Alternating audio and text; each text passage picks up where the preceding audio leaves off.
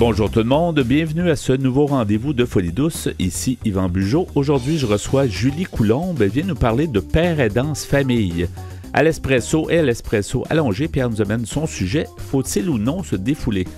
À la chronique de Catherine Stassin, il est question du deuil chez les hommes, 5 mythes à déboulonner. Bienvenue à Folie douce.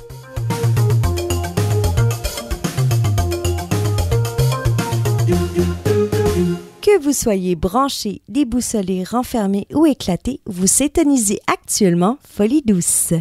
J'accueille maintenant mon invité, Julie Coulombe. Bonjour Julie. Bonjour. Bonjour, bienvenue à Folie douce. Merci. Vous êtes père aidant de famille. On va tout savoir ce que c'est la père aidance famille. D'abord, j'aimerais qu'on parle de vous, en fait, de votre histoire. Comment finalement vous êtes arrivé à être père aidant de famille, puis peut-être nous expliquer qui vous êtes finalement pour le bénéfice de tout le monde qui nous écoute. Alors, je suis d'abord, dans ma vie personnelle, je suis une personne proche aidante pour un membre de l'entourage qui a un enjeu de santé mentale. OK. J'ai été initiée au système de santé, dans le fond, en 2015. Quand même assez récent, là, mais... Ça fait 8 ans. Santé, quand on parle de santé mentale, là, vous avez été, parce qu'avant, vous n'aviez pas vraiment eu de gens dans votre entourage qui avaient une problématique, là? Exact. Donc, j'ai connu les systèmes de soins de santé mentale il y a maintenant 8 ans. Et fort de cette expérience-là, j'ai décidé de vous impliquer. De m'impliquer, oui, dans le domaine. Alors, je me suis servi de mon vécu, de mon savoir expérientiel pour pouvoir redonner à d'autres membres de l'entourage, pour pouvoir les accompagner, les soutenir. Alors, parce que la père aidance famille, en fait, c'est comme le fameux concept du père aidant. Dans le fond, c'est des gens qui ont vécu des problématiques, soit eux-mêmes ou soit pour quelqu'un de leurs proches, puis qui peuvent aider d'autres familles qui rencontrent les mêmes problématiques, parce que c'est un peu ça la beauté de la père aidance. Là. On l'a au niveau individuel, mais là, c'est au niveau famille. Donc c'est... Exact. Dans le fond, la père aidance famille, c'est pour les membres de l'entourage au sens large. Autant ça peut être frères, sœurs, parents, grands-parents, mais ça peut être aussi une personne significative, parce que parfois, les gens n'ont plus de famille ou ils ont coupé les contacts. Alors, ça peut être quelqu'un de significatif, un ami, un voisin. C'est ça. Alors, est-ce que c'est un nouveau concept, le père aidance famille? Est-ce que, dans le sens, est-ce qu'on a élargi? Parce que je sais que la père aidance, ça fait quand même un certain temps que ça existe, puis c'est assez bien développé au Québec, là, quand on parle d'individu à individu. Mais ce concept-là de père aidance famille? Ça fait quelques années que ça existe, mais discret. Okay. Alors là, la profession est vraiment en émergence au Québec. Il y a des formations pour devenir père aidant famille. Et puis, on est après s'implanter... là, actuellement, c'est plus dans le milieu de communautaire, mais c'est appelé à changer peut-être éventuellement. Oui. Donc, Julie, je pense que vous êtes impliquée. Est-ce que vous pouvez nous parler un petit peu plus? Je pense spécialement, vous êtes impliquée avec une association. Est-ce que vous pourriez nous en dire plus? Oui, exactement. Dans le fond, moi, je suis père aidant de famille pour la Société québécoise de la schizophrénie et des psychoses apparentées depuis le mois d'août 2020. Et puis après ça, actuellement, je travaille aussi comme père aidant de famille pour la clinique jeunes adultes psychotiques au CHUM, donc les cliniques PEP, une clinique PEP. Oui. Est-ce que ça, c'est assez nouveau comme service, il me semble, au CHUM, ou c'est quand même... il me semble que c'est quand même récent comme service? Oui, exactement, mais les pères aidants famille, dans le fond, on en retrouve actuellement dans quelques cliniques de premier épisode psychotique au Québec. OK. Puis est-ce que vous diriez que ça aide une personne... Ça aide, c'est certain que ça aide des familles, mais est-ce que de s'impliquer, est-ce que c'est aussi bienfaiteur pour les gens qui s'occupent de quelqu'un dans son entourage, par exemple? Oui, ça fait, dans le fond, pour en venir à la père aidance famille, il faut avoir un propre recul sur son vécu. Hein? Mais la père aidance famille, c'est pas une thérapie, là. Père aidance famille, ça fait partie du rétablissement que peut avoir une père aidante famille également, là. Ça va faire partie de son parcours à elle. Et qu'est-ce que ça apporte, en gros? Est-ce que ça évite beaucoup de temps d'attente ou de questionnement? Tu sais, parce que j'imagine que quand on a à gérer ou à conjuguer avec la santé mentale, habituellement, c'est quand on n'a pas vraiment trop d'expérience ou qu'on ne connaît pas vraiment le sujet, j'imagine que ça nous prend des gens qui vont nous rassurer, qui vont peut-être nous donner des trucs. C'est un peu ça que la père aidance famille peut aider d'autres familles? La père aidance famille va répondre aux besoins d'accompagnement qu'ont les membres de l'entourage. Donc, les membres de l'entourage, ils ont besoin d'être soutenus. Souvent, ils arrivent avec la culpabilité, des sentiments d'impuissance, culpabilité, du découragement. Hein? Ils sont épuisés d'avoir soutenu le membre de l'entourage. Puis là, enfin, ils ont des services. Donc, ça va aussi permettre de normaliser la situation, de déstigmatiser les problèmes de santé mentale, les répercussions sur les membres de l'entourage. Ça réduit, évidemment, j'en ai parlé, mais de beaucoup le sentiment d'impuissance. Ça va aider, un père aidant famille va aider à la navigation un peu dans le système de santé parce qu'il a passé par là. Ouais. Parce qu'il sait qu'est-ce qui s'en vient, sans que la situation soit jamais similaire à 100%. Il a une bonne idée de ce qui s'en vient. Il connaît les services qu'offre le communautaire, les ressources dans le communautaire. Alors ça, c'est intéressant également. Ça aussi, on parle souvent des soins de santé puis des hôpitaux, tout ça, mais il y a un grand milieu communautaire qui s'est développé depuis des décennies, qui a une expertise. Il ne faut pas l'oublier dans le rétablissement puis dans l'aide à une personne. Hein. Les organismes communautaires, c'est essentiel. C'est des organismes qui vont offrir du soutien. Parfois, on va pouvoir trouver dans certains organismes communautaires, on trouve des intervenants psychosociaux. On va pouvoir avoir de la formation, de l'information qui est fiable, qui est crédible. Alors, c'est une ressource essentielle, le communautaire. Comment la connexion se fait entre la personne qui est père aidante, famille, et la famille qui a besoin d'une père aidante? Est-ce que c'est par les organismes, est-ce que c'est par les hôpitaux? Comment ça réussit à se connecter? C'est à géométrie variable. Parfois, les intervenants vont référer au père aidant famille. Parfois, c'est les membres de l'entourage qui, avec leur recherche, vont avoir contacté un organisme communautaire et vont avoir un père aidant famille. Mais vite, j'ai envie de vous dire que si vous voulez contacter rapidement un père aidant famille, parce que c'est un service qui vous intéresse, il y a une ligne d'écoute des pères aidants famille. Je peux donner le numéro? Oui, bien sûr, puis on va le rappeler à la fin aussi, en rappel. Ouais. Alors, le numéro, c'est le 1-800-349-9915 et c'est une ligne téléphonique qui sont exclusivement répondues par des pères aidants famille. Peu importe la problématique en santé mentale, là, c'est ça, c'est dès qu'on est une famille ou un entourage d'une personne qui a une problématique, on peut appeler là puis demander un service d'être jumelé finalement avec une personne. Dans les faits, ça va être un service de soutien et d'écoute. Okay. Puis par la suite, dépendant de la région, c'est fort possible que la père aidante famille vous réfère à l'organisme un petit peu plus spécifique de votre région qui va pouvoir prendre le relais. Ouais. Ce n'est pas dans toutes les régions ni dans tous les organismes communautaires qu'il y a des pères aidants famille, mais plus la demande va venir des gens, plus qu'on va voir des pères aidants famille s'installer dans les organismes et dans les institutions. Qu'est-ce qui fait que, Julie Coulombe, vous êtes impliqué, que vous continuez? Vous auriez pu dire, écoute, je vais aider, oui, la personne de mon entourage qui a besoin d'aide, mais pourquoi continuer ça pendant des années? Vous y retrouvez certainement un bénéfice là, personnel et vous, certainement, là, qu'est-ce qui vous tient, en fait, impliqué comme ça? Moi, j'ai à cœur, puis je suis vraiment motivée d'adoucir le parcours des familles qui, comme moi, ont traversé ou traversent actuellement des moments difficiles avec leurs proches qui ont des enjeux de santé mentale. Je souhaite faire avancer la cause de la santé mentale, contribuer à déstigmatiser, faire connaître les nouveautés, les traitements, ce qu'il y a de disponible pour les membres de l'entourage. Mon souhait, c'est d'accompagner les membres de l'entourage pour qu'ils deviennent de meilleurs accompagnateurs pour leurs proches. Parce qu'ils font partie du rétablissement de la personne, c'est ça? On les a souvent comme un peu ignorés à une certaine époque, là, c'est moins le cas aujourd'hui, mais effectivement, ils sont très importants dans le rétablissement. Là. Ils sont essentiels et c'est prouvé que le rétablissement d'une personne va être grandement amélioré s'il y a l'implication des membres de l'entourage. Donc, mais eux aussi, ils ont droit à leur propre rétablissement. Donc, c'est en allant chercher du soutien qu'ils vont pouvoir l'avoir, puis réavoir espoir, dans le fond, au rétablissement, puis que les choses vont se placer éventuellement.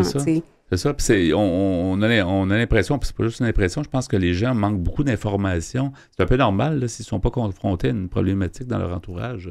C'est quand même un gros monde, là, la santé mentale. Puis c'est pas, on souhaite jamais, je pense, vivre ça, parce que ça reste que c'est une problématique qui est souvent grave, qui affecte beaucoup de gens. Mais quand les gens sont confrontés à ça, au moins, ils ont des services, ce genre de service-là dont vous nous parlez. Là. Actuellement, c'est méconnu, mais c'est justement pour ça que je suis ici, pour faire connaître le service. À la Société québécoise de la schizophrénie, nous sommes 2 pères aidants de famille. Il y en a dans la capitale nationale. Il y a sans favoriser aucun organisme, mais il y en a chez Arborescence. Il y en a, ça commence à s'implanter dans les cliniques de premier épisode psychotique. Ouais. Et puis, plus les gens du milieu de la santé vont apprendre à connaître le bienfait des pères aidants de famille, plus on va en parler, plus qu'ils vont le demander et plus qu'on va s'implanter pour pouvoir améliorer grandement la trajectoire de rétablissement des proches. Oui, vous me parliez avant d'entrer en ondes que vous participez à une recherche. Je pense que ça vous tient aussi à cœur. Puis c'est important de peut-être de voir les meilleures pratiques, puis c'est peut-être dans ce but-là que la recherche est faite. Pouvez-vous nous en parler un petit peu? On a quelques minutes.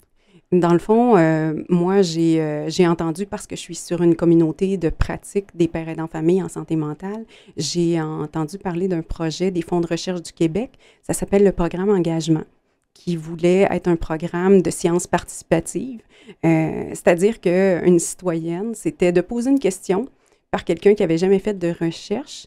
Et après, il y avait un jumelage avec un chercheur ou chercheuse qui était intéressé par la question de recherche. Alors, j'ai posé ma question qui concernait la père aidance famille puis la navigation dans les soins de la navigation dans le système de santé.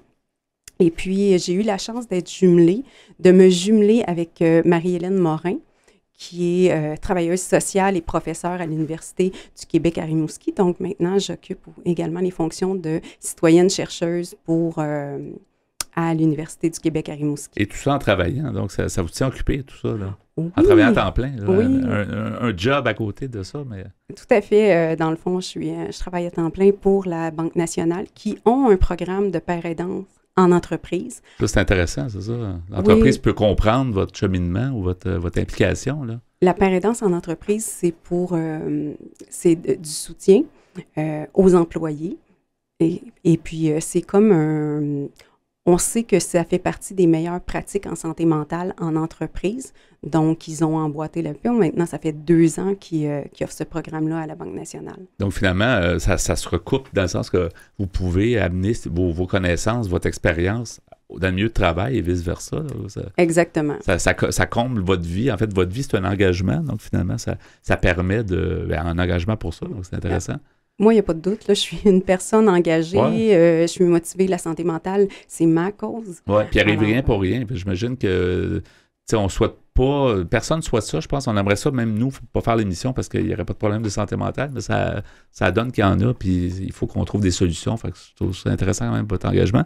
Est-ce qu'on peut rappeler le numéro de téléphone des gens qui voudraient, comme vous avez mentionné tantôt, un numéro de téléphone, puis j'aimerais ça si jamais vous avez des références quelconques, là, que ce soit des écrits ou des choses que les gens pourraient aller voir. Là. Donc, le numéro de téléphone, ça serait lequel? Bien, le numéro de téléphone, c'est le 1-800-349-9915.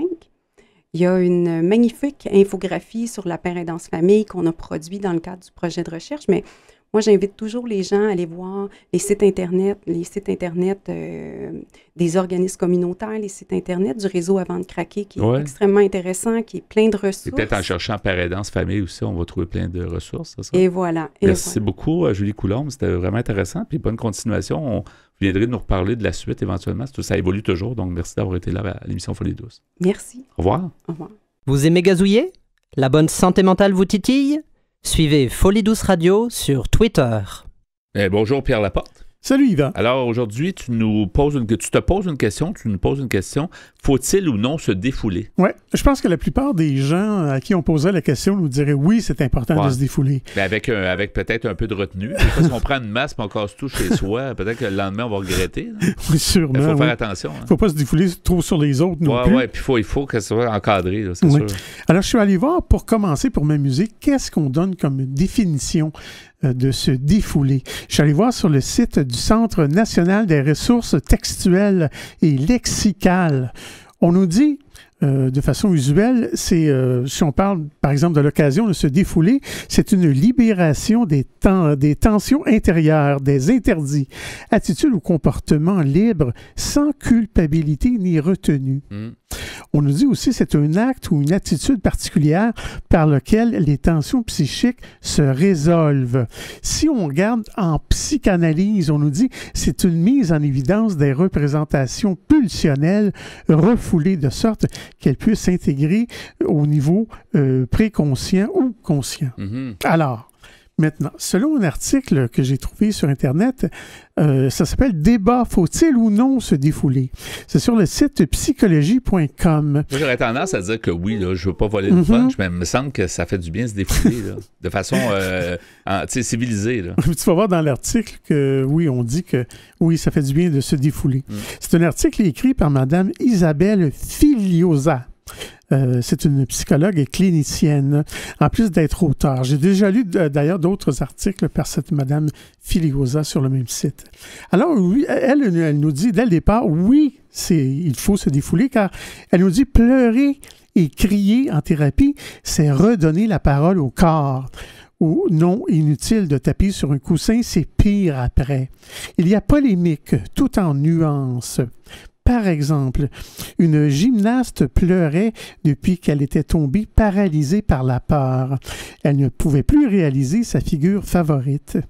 Je l'ai aidée, ça c'est Mme Filiosa qui parle toujours, je l'ai aidée à sentir son émotion, à laisser cette dernière parcourir son corps. Nourrie par une respiration ample, la réaction physiologique naturelle se réveille.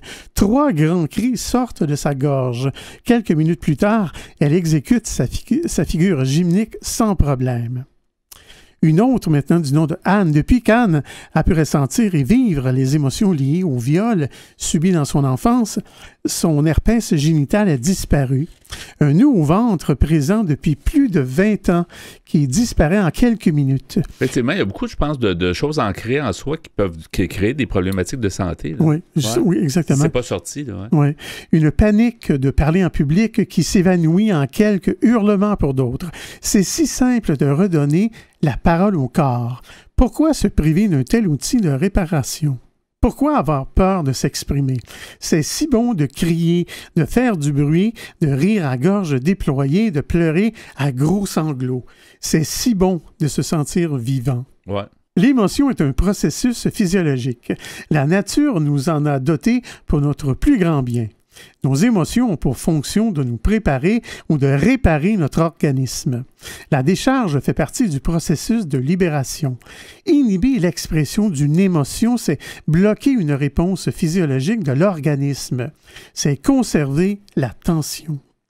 Faut-il donc toujours pleurer ses détresses, crier ses terreurs et manifester bruyamment ses colères? Non, seules nos émotions naturelles sont exprimées. Or, 80% de nos réactions émotionnelles ne sont que des sentiments parasites. Ce sont des émotions emmêlées, des blessures non guéries de l'enfance, des sentiments écrans de nos émotions véritables. Beaucoup d'entre nous ont du mal avec leurs émotions parce que la société nous invite à les réprimer depuis notre plus jeune âge.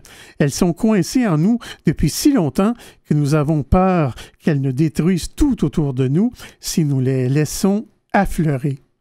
C'est un fantasme de tout petit enfant. Il ne s'agit pas d'exprimer n'importe quoi, n'importe comment. La décharge qui libère est celle qui a du sens parce qu'elle est entourée de mots. Et peut-être ça doit être fait un peu sous encadrement jusqu'à un certain point. Le défoulement, des fois, dans certains cas, peut-être ça peut être souffrant de trop, quelqu'un qui a trop de choses à sortir. Là. Mm-hmm. Aujourd'hui, nous dit Mme Filiosa, il existe en psychothérapie de multiples approches, à chacun de sentir la route qui lui convient le mieux. Pour ma part, j'aime celle de la décharge émotionnelle parce qu'elle est simple, naturelle et belle. Je l'utilise encadrée par d'autres techniques et outils. Maintenant, M. François Lelord est psychiatre spécialisé dans le conseil en ressources humaines. Il a des réticences. Il nous dit « Vous vous sentez tourmenté par des émotions sans rien en laisser paraître. Peut-être regrettez-vous de n'avoir pas suivi une thérapie de groupe où les participants expriment leur colère rentrée en hurlant et en frappant des coussins ou en éclatant en sanglots en évoquant leurs blessures passées. libérant leurs émotions sous l'œil bienveillant du groupe. Cette vision des émotions comme un trop-plein qu'il faut savoir évacuer de manière explosive a longtemps été prédominante en psychologie. Mais des études récentes montrent que cette vidange émotionnelle, entre guillemets, n'est pas aussi bénéfique qu'on le croyait. Lorsqu'on demande à des sujets d'exprimer bruyamment leur colère en criant et en frappant, ils se sentent encore plus en colère après l'expérience. Ils sont plus irritables et leur tension artérielle plus élevée. Mais je vais m'arrêter ici, Yvan. Et tu vas continuer l'interrogation plus tard à l'Espresso allongé. Faut-il ou non se défouler?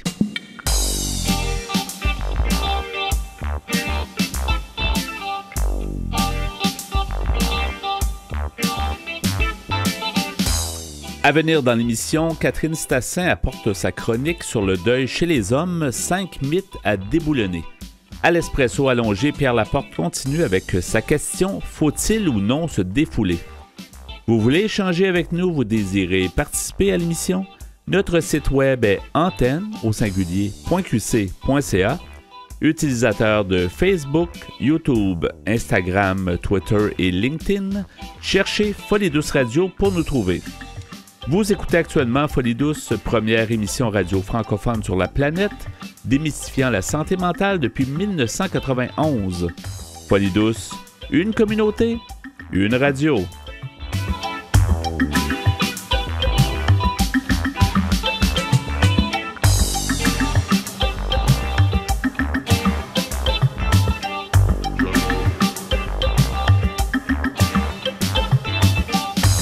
Laissons tomber nos préjugés et dépoussiérons le sujet de la santé mentale. Nos chroniqueurs nous aident à y voir plus clair. J'accueille maintenant notre collaboratrice, donc Catherine Stassin. Bonjour Catherine. Bonjour Yvan. Aujourd'hui, tu vas nous parler d'un sujet important, le deuil, en fait, chez les hommes, mais surtout déboulonner ou défaire des préjugés face au deuil chez les hommes. Oui, parce que dans la société, en tout cas dans notre quotidien, on a souvent tendance à dire que les hommes vont être moins perturbés par le deuil. Ouais. Peut-être moins c'est peut-être de moins en moins quand même. C'est sûr que ça se défait ces préjugés. Oui, mais c'est vrai qu'on pense que... Et c'est le sujet d'ailleurs, c'est comment les défaire. Ouais. Mais en fait, c'est sûr que basé juste sur le fait que ce sont des hommes, c'est évidemment faux ça. Ouais. Que les hommes sont moins perturbés par un deuil.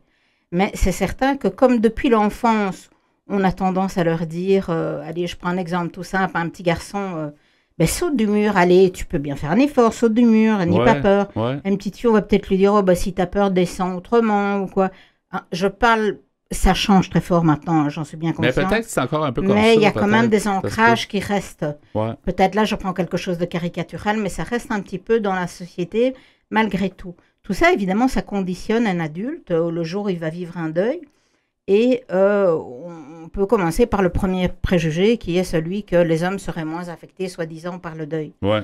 Alors, évidemment, si depuis l'enfance, on leur dit « sois fort », tu ne devrais pas pleurer ou tu dois être plus fort que ça. Voilà, sois solide, montre-toi fort. Ben oui, c'est ça. T'es un homme. Comme dit l'étude d'un professeur de l'université de Chicoutimi, en fait, l'homme va finir par ne pas oser s'épancher et partager son chagrin, ni avec sa blonde, ni avec sa famille. Donc, il va un petit peu souffrir à l'intérieur. Il faut dire qu'il n'y a pas un homme pareil comme il n'y a pas une femme pareille. Il y a peut-être des hommes plus sensibles et des hommes moins sensibles et des femmes la même chose. Donc, je n'en connais pas suffisamment pour faire des statistiques, mais je pense en effet que il y a quelque chose, il y a des personnalités dans les êtres humains, et puis voilà, et on est conditionné par les genres, l'éducation dans laquelle on grandit, etc. Et ça dépend du deuil aussi. Tu sais, des fois, il y a peut-être des deuils qui vont nous affecter plus. C'est certain. C'est ça. Dans le pire des cas, malheureusement, le fait d'intérioriser ce chagrin, dans le pire des cas, je dis bien, peut mener au suicide. Ouais. Alors, on parle aussi souvent que les hommes, ils vont pas discuter de leur chagrin. Ils vont pas discuter qu'ils ont de la peine, que leurs parents sont décédés, ou ils vont prendre ça pour un signe de faiblesse parce que pour eux, ils ont été éduqués, ils doivent vivre en tant qu'hommes et vivre leur chagrin comme hommes. Donc, tout ça dans une certaine masculinité, un côté vraiment caricatural de l'homme. Et donc, il va plutôt le montrer dans l'action. Et comment? C'est-à-dire que à un moment donné, il va agir violemment, il va réagir violemment, ou il va se murer. Il aura des réactions, on ne va pas comprendre ce qui se passe, on ne va pas comprendre d'où ça sort, mais en fait, il a accumulé à l'intérieur. Ouais. Et donc, ça s'exprime uniquement par ces actions-là. Ce qui ne s'exprime pas s'imprime, que je dis souvent. Hein. Oui, fait que s'il ne réussit je pas à pense que exprimer là- les choses, des fois, ça va rester en dedans, puis à un moment donné, ça sort. Hein. Ça sort, et puis Ouais. ça imprime peut-être de manière pas toujours très agréable. Non, alors, ça pour sort pas de la pour bonne façon. l'entourage, ni pour la personne. Ouais, La personne, après, va certainement se sentir mal. ouais, exactement.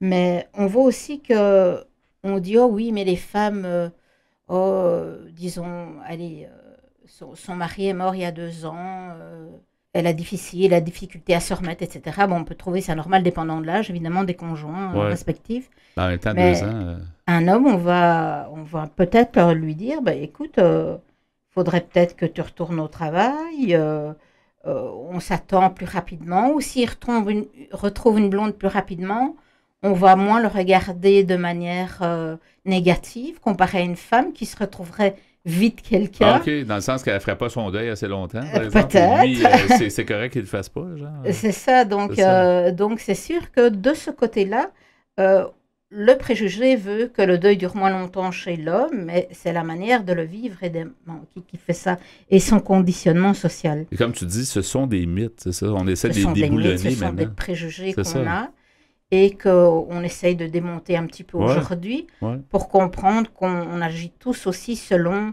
des comportements qui sont ancrés en nous par notre éducation familiale et aussi par la société, Et ça parce va, qu'on vit en société. ouais, et ça va peut-être prendre quelques générations parce que, Oh, tu sais, les Ouais. gens qui ont été élevés comme ça, qui sont aujourd'hui plus vieux, ben, ils reproduisent un peu comme ça s'ils ne décident pas de casser la roue, là. Fait que c'est ça Ouais. l'affaire. Il faut que quelqu'un, à un moment donné, décide de dire, là, c'est pour ça qu'en informant les gens comme tu le fais aujourd'hui, ben, prendre conscience, peut-être changer nos comportements pour dire, ben, cassons cette roue-là, arrêtons de perpétuer toujours cette espèce C'est de ça. mythe ou cette... Mais on a beau des fois casser ces trous, comme tu dis, on va se retrouver, un enfant va se retrouver dans le milieu éducatif, ou peut-être que là, il y a encore ce genre de préjugés Ouais. qui, je dis pas partout, mais Non. ça peut arriver que ça C'est pour ça que reste ça va là, peut-être prendre un ou bout dans de des temps. réflexions nous-mêmes. On ne le Ouais. veut pas, mais il n'y a rien à faire. C'est quelque C'est chose ça. qui est ancré C'est en nous. ancré, puis il y a peut-être Je quelque jette chose... la pierre à personne ici. C'est Non, non, vraiment c'est ça. quelque chose qui est autour de nous et qui s'ancre en nous Mais également depuis plus notre on, enfance. plus on en parle, plus on le démystifie, ben, Voilà, ça fait pas c'est ça. s'il y a quelques personnes qui en prennent conscience, c'est mieux que rien du tout. Là. Exactement. Ouais. Alors, qu'est-ce qu'on a encore? On a, soi-disant, le préjugé que les hommes ont besoin de solitude, on va le laisser dans son coin, il doit vivre son deuil. Il doit le gérer, tout ça, là. c'est ça. Tranquille. Là. Mais en fait, c'est pas vrai du tout pour la majorité des hommes. Ça dépend l'homme, ça dépend sa personnalité. Il y en a qui vont avoir besoin de ça, il y en a qui vont pas en avoir besoin. Mhm. Il y en a qui vont avoir besoin de ça un petit peu, Ouais. à petite dose, ça dépend. Donc, ce n'est pas juste l'homme qui a besoin de solitude pour le deuil. C'est vraiment un préjugé, ça.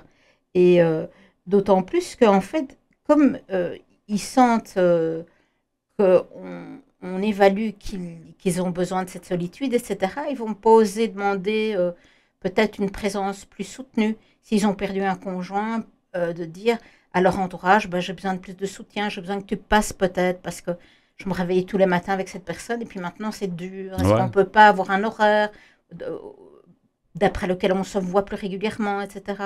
Donc, ils vont peut-être pas oser dire ça, les hommes. Ils vont rester dans ce schéma de solitude. Et le soutien, du coup, ne va pas être apporté. Alors que souvent, une femme, les femmes, en tout cas, passent pour avoir connu le deuil. Je sais que moi, je me rappelle que les gens m'amenaient de la soupe, tout simplement, ou remplissaient mon frigo, des choses comme ça. Et ça, je trouvais ça extraordinaire, je trouve ça très, très chouette. Ça donne comme un support. Là. C'est tout un support. Et puis, il y avait une régularité, etc. Est-ce que c'était cette manière de s'occuper d'une femme? Je ne sais pas. Mais en tout cas, il y a une différence là dans ce qui est préjugé sociétal. Alors, on peut dire encore un des derniers préjugés qui tient bien la route, c'est que les hommes vont moins souffrir de ces perturbations du deuil. J'en parlais tout au début. Et que ces perturbations, en tout cas, nous, on va peut-être pas savoir où les trouver. Comme je disais un peu avant, ça peut être l'irritabilité. Ça peut être des gens qui vont s'automédiquer, c'est-à-dire ils prenaient peut-être des somnifères, ils vont se dire j'en prends un peu plus des somnifères parce que dans le fond, je m'en sors pas et j'ai trop de chagrin, ça ne va pas. On peut dire ici que les femmes sont 4 fois plus nombreuses à faire des tentatives de suicide que les hommes. Hein. Ah bon? Oui, les femmes. Mais attention, en 2018, 2 suicides sur 3 étaient quand même des hommes. Alors on peut se dire, est-ce qu'il y a quelque chose là où l'homme casse en deux parce qu'il n'a pas pu aller chercher du soutien, pas pu parler, etc. Ça veut dire qu'il y a comme une hausse assez soudaine où il y aurait 2 suicides sur 3. Alors en 2018, hein, moi je sors mes chiffres. Mais c'est quand même étonnant pour ce qui s'est passé. Tu sais, le deuil chez l'homme est quelque chose qui peut les casser en deux, mais ça va se voir trop tard. Oui, c'est ça, oui. Donc, en fait, pourquoi? Parce qu'il y a ce sentiment de honte, ils ont intériorisé, c'est un signe de faiblesse, donc ils vont développer les troubles anxieux, dépressifs, dépression sévère, avant d'aller chercher de l'aide, et des fois, quand c'est un petit peu tard. Donc, il a l'impression, l'homme, d'être dévalorisé quand il fait ça, parce qu'il a acquis tout ce que la société lui a dit. Il pense qu'intérieurement, c'est ça, il se dit, je dois le vivre comme ça, parce que c'est comme un conditionnement, dans le fond. C'est un conditionnement social. Voilà, c'est ça. Donc, c'est important de dire ici qu'il faut comprendre ce que les hommes vivent pour arriver à déconstruire tout ce qu'ils vivent, d'accord? Ouais. Et aller les aider. Il faut qu'ils comprennent, les hommes comme les femmes d'ailleurs, pour les soutenir, que c'est ancré dans notre manière, dans nos comportements sociaux. D'accord? Et donc, c'est ça qui est d'autant plus difficile. Comme tu disais, on peut casser la roue familiale, mais il y a toute la société qui nous enrobe. Et donc, c'est assez difficile de se débarrasser de ça d'un seul coup. Mais comme les gens écoutent l'émission Folie douce et ta chronique, on va sûrement aider tranquillement, très humblement, à améliorer la perception et surtout le conditionnement qui vont arrêter. Là. Donc, ne pas s'imaginer que telle personne est isolée parce qu'elle a envie. Non, peut-être qu'il y a quelque chose derrière.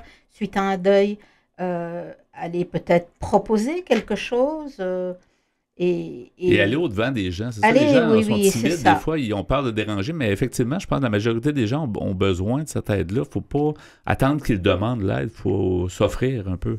Voilà, et le formuler de telle manière que ces personnes-là ne se sentent pas dévalorisées, ne se sentent pas que ce n'est pas un acte de faiblesse de demander du soutien, mais que quand on aime bien quelqu'un, on est là pour les soutenir et ça fait partie de la vie. Et des fois, ils n'osent pas demander. On peut tourner ça comme ça. Oui, mais s'ils reçoivent de l'aide, des fois, ils vont juste dire, surtout après coup, ils vont dire, cette aide-là, je ne l'ai jamais demandé, mais je l'ai reçue, puis ça fait du bien. Donc, c'est simple. Là. Ils vont commencer à l'apprécier. Oui, exactement. C'est ça. Avec le décalage, des fois, ils vont voir que c'était très utile à l'époque. Oui.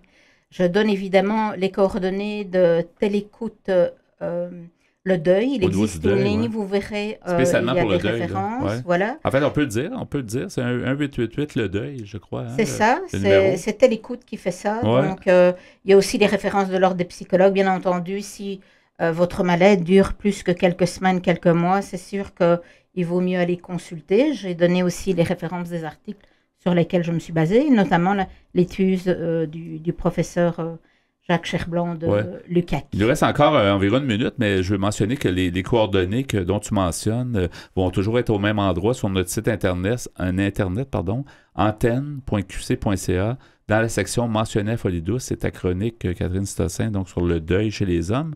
Un dernier mot, une minute peut-être, là, quelques mots en conclusion de cette chronique. Peut-être ne jamais prendre pour acquis que la personne va se débrouiller. Pensez que vous êtes peut-être une personne qui peut aller l'aider, qui peut déclencher quelque chose, au moins proposer des solutions de soutien.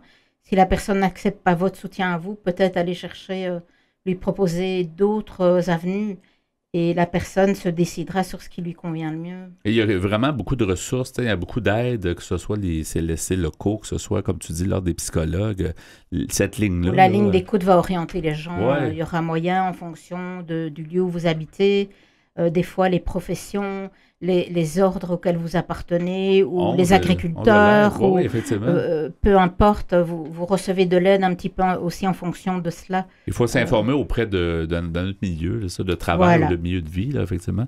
Merci beaucoup, c'était Catherine Stossin pour cette chronique. Donc, le deuil chez les hommes, mais spécialement les préjugés, en fait, qu'on a essayé de déboulonner, en tout cas les 5 mythes que tu nous as amenés. Merci, Catherine, et à une prochaine chronique. Merci, au revoir. Au revoir. Vous êtes à Folie douce parce que la santé mentale nous concerne tous. Cette fois-ci, à l'Espresso allongé, on poursuit le sujet que tu as débuté plus tôt. Faut-il ou non se défouler, Pierre? Oui, d'après un article qui s'appelle tout simplement comme ça, « Débat, faut-il ou non se défouler ?» C'est un article que j'ai pris sur le site psychologie.com, écrit par Mme Isabelle Filiosa, qui est psychologue clinicienne, en plus d'être auteure.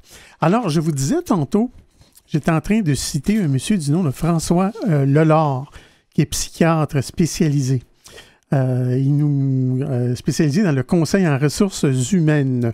Alors lui, il a beaucoup de réticences avec, en tout cas, il a certaines réticences avec le défoulement. Il nous parlait de thérapie tantôt.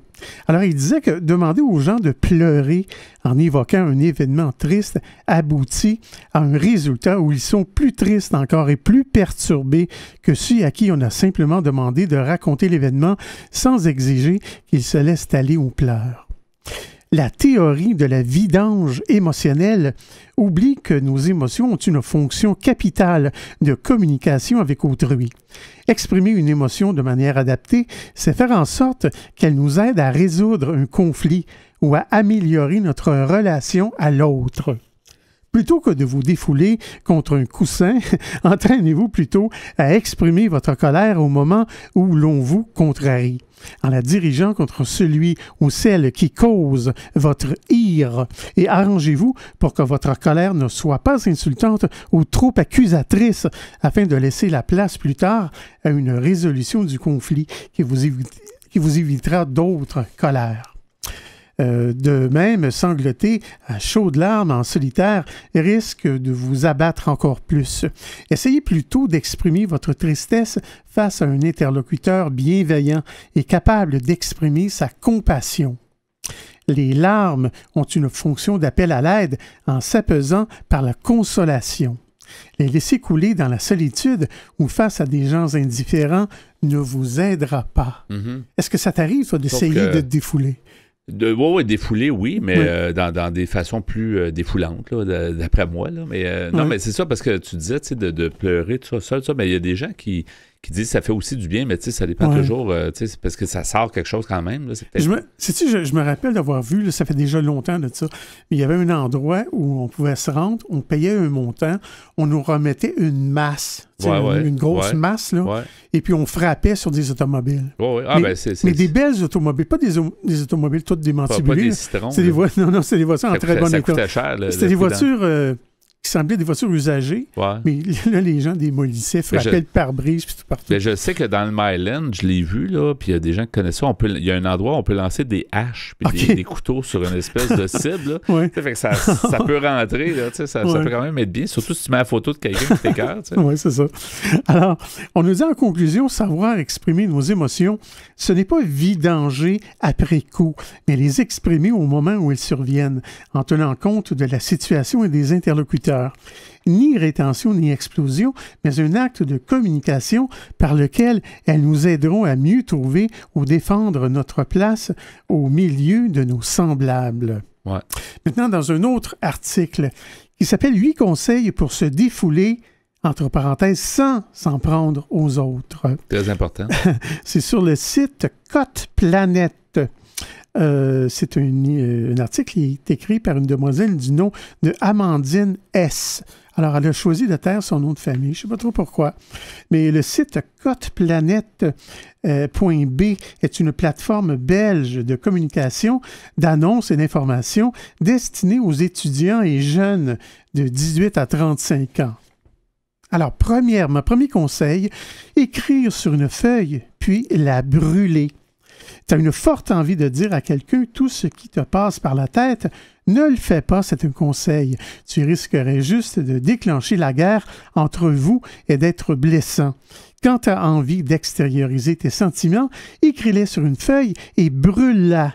Tu seras la seule personne à savoir ce qui a été dit et tu éviteras tout problème. Ouais, et ça a quand même sorti le méchant, si on veut. Là, oui. Oui, sûrement. Alors, deuxième conseil, casser des assiettes. Là aussi, tu peux écrire sur l'assiette ce que tu ressens. Ensuite, tu la mets dans un plastique que tu fermes et tu la jettes de toutes tes forces sur le sol. Le plastique est important. Ça t'évite de devoir ramasser tous les morceaux. Les 1000 morceaux, après. Hein, oui. Effectivement. Troisième conseil, hurler dans son oreiller. Alors, ça semble populaire. Alors, celui-là, c'est un classique. Ou dans un coussin. Oui. Il te suffit d'avoir un oreiller à disposition et tu hurles dedans. C'est simple et efficace. Et ça ne dérange pas personne. Non. Quatrièmement, faire du sport.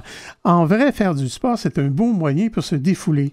Le sport te permettra d'évacuer tes émotions en te focalisant sur ce que tu fais. La colère peut aussi te booster. Ouais. Cinquièmement, faire un loisir artistique. Si ton truc à toi, c'est la peinture, la musique ou le théâtre, défoule-toi grâce à ces activités. Lancer de la peinture avec des pinceaux sur une grande toile. Oui, peut-être. Ouais. Parfois, on est beaucoup plus inspiré lorsqu'on ressent des émotions fortes. Ouais. Sixièmement, nettoyer. Ça peut paraître étrange, mais nettoyer pour t'aider à te défouler, faire la vaisselle, passer l'aspirateur, nettoyer les toilettes. Tout est bon pour s'acharner sur la saleté. Et il va y avoir quelque chose de très positif. Ça va être propre chez toi. Ça va être propre, oui. Septièmement, jouer à des jeux vidéo. Passer ses nerfs sur les jeux vidéo, ça peut fonctionner. Tu peux jouer à des jeux de combat pour t'en prendre à quelqu'un qui n'existe pas réellement.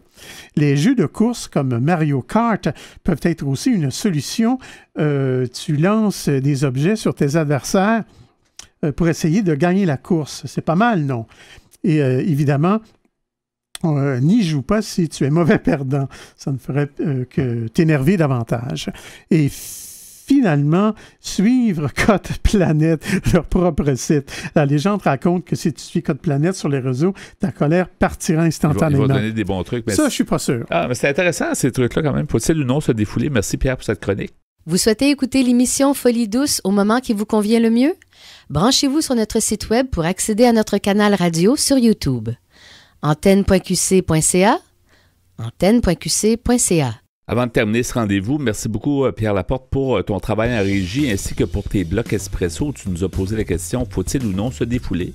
Bienvenue, mon cher. Après l'émission, on va aller se défouler, c'est clair. Ouais. Je pense qu'on est d'accord avec ça. On va aller casser des affaires. Ouais, on va aller casser des affaires de façon prudente. Alors, merci aussi à notre invité en début d'émission, Julie Coulombe, qui nous a mieux fait connaître la père aidance famille. Notre chroniqueuse Catherine Stassin nous a parlé du deuil chez les hommes et surtout 5 mythes à déboulonner. C'est donc Folie douce cette semaine. C'est Yvan Bugeaud à l'animation. Bonne semaine à tous et à la prochaine. Au revoir.